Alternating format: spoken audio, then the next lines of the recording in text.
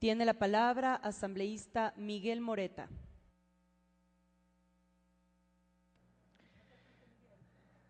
Señora presidenta, colegas asambleístas, mucha gente tenía expectativa que con el veto presidencial realmente se iban a componer las cosas y particularmente que se iba a honrar la palabra. Es la esperanza que tenían los médicos del país al tratar de evitar expresiones tan subjetivas que existen en el tipo penal. Pero todo indica que las objeciones son más de forma, de doble numeración, de conjunciones, etcétera, de cosas. ¿Cómo no van a estar asustados los médicos del Ecuador si se le incluye un inciso en el que en 2 renglones se deja abierta la puerta para la discrecionalidad del juzgador?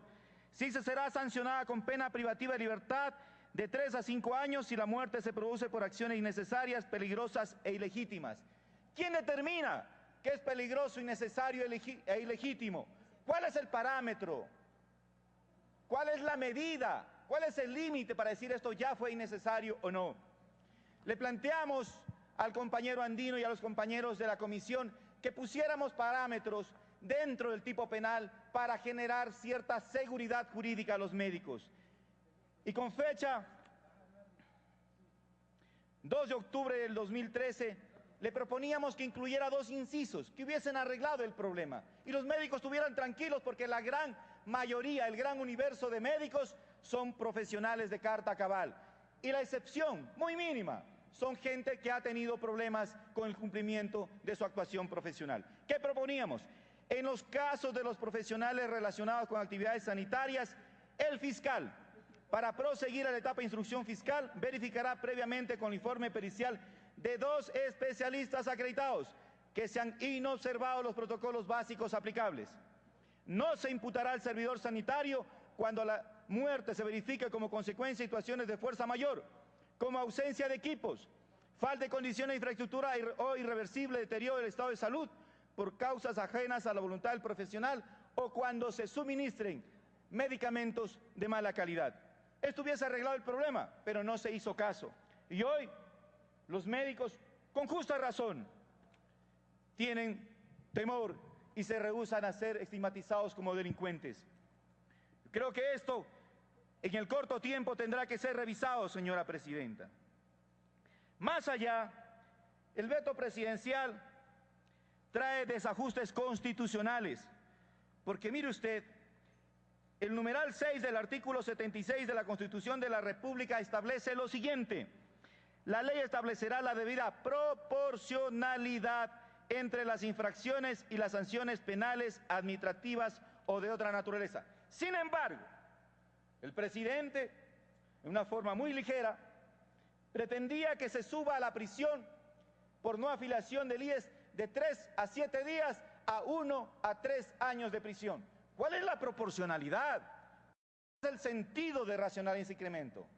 Y lo propio, en otros casos se plantea en cambio que la multa sea aplicada en 10 veces el equivalente al perjuicio. ¿Cuál es la base? ¿Cuál es la dosis de proporcionalidad en esos casos?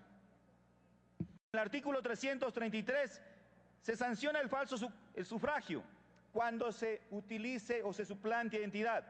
Pero ¿qué pasa con el pago y acarreo que se hace precisamente en el día de elecciones por una gente que no es escrupulosa precisamente? Y lo otro, el artículo 581, señora presidenta, que establece como requisito de procedibilidad para iniciar una acción penal que la Contraloría General del Estado se haya pronunciado con informe puntualizando la existencia de indicios de responsabilidad penal. La doctrina recoge que se tiene que salvaguardar lo que establece el numeral 8 del artículo 83 de la Constitución de la República, en el sentido de que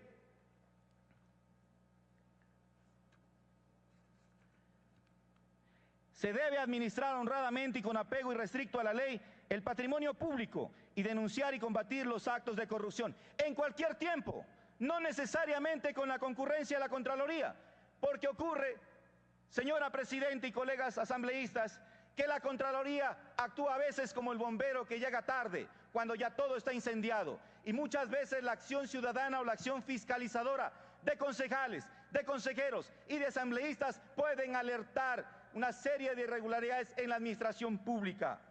¿A quién debemos proteger? ¿Queremos dar patente de corso respecto a la impunidad rampante a funcionarios que están ahora en el poder? ¿O queremos legislar de modo calculado, pensando que en 6 meses, cuando se aplique este código, algunos parientes de algunos asambleístas, compañeros de este pleno, serán los alcaldes, serán los prefectos?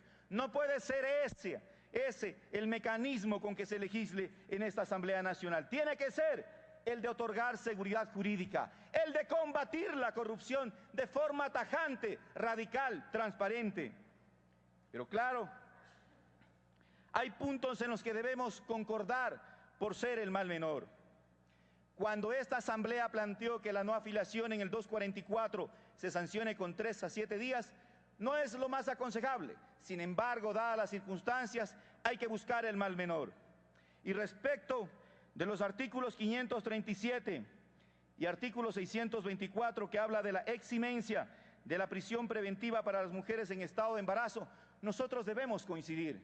Pero si yo quisiera plantear al ponente que cambie su moción o que lo acepte como moción previa el hecho de que estos 3 artículos, el 244, 537 y 624, que derivan de poderosas razones humanitarias, como lo establecía en el artículo 35 de la Constitución y 44, que habla de los grupos vulnerables, de la atención prioritaria que tienen, y de las mujeres embarazadas, sean aprobadas por separado, a efectos de que logren la concurrencia de todos los sectores. En lo demás, ya será el pueblo el que juzgue si esto contribuyó a la seguridad jurídica y ciudadana que anhela o si simplemente contribuyó a la impunidad y a la corrupción que no se ha logrado frenar, no obstante la alarma y la tragedia social.